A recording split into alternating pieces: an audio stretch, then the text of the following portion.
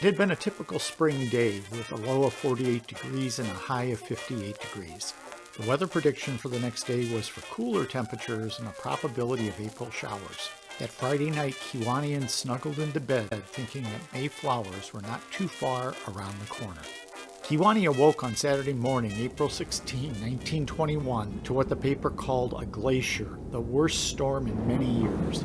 Kewaunee had turned to ice. The storm began around 10 p.m. Friday evening. It started with a cold, hard rain.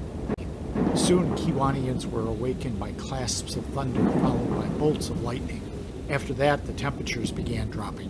Once the mercury reached below freezing, the rain turned to sleet. It clung on trees and utility wires until it turned to ice. As the ice built up, branches emitted 22-like rifle reports as snapped under the weight of the frozen concoction. Whole trees and utility poles tipped as others fell to the ground. Telephone and electrical wires were tangled among the branches and poles and strewn in all directions. Short circuits were reported all around the city. By Saturday morning, it was reported that 1,200 telephones in the city were out of order and long-distance communication was out. Even phone service to Wethersfield was out due to a half-mile-long down line. The Galesburg and Kewaunee electric rail cars stopped operating due to breaks in the trolley wires caused by falling limbs and trees.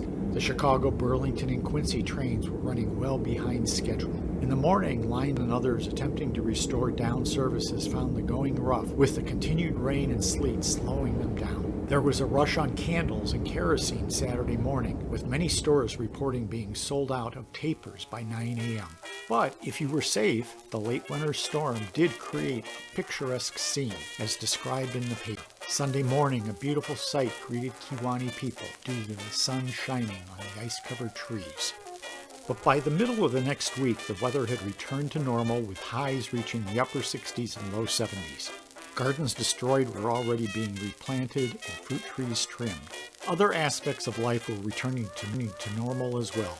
On Thursday evening, a dancing party was held at Winmont Park with music provided by an orchestra. But many remember that spring ice storm of 1921 when rain turned to sleet and made for icy streets in our hometown.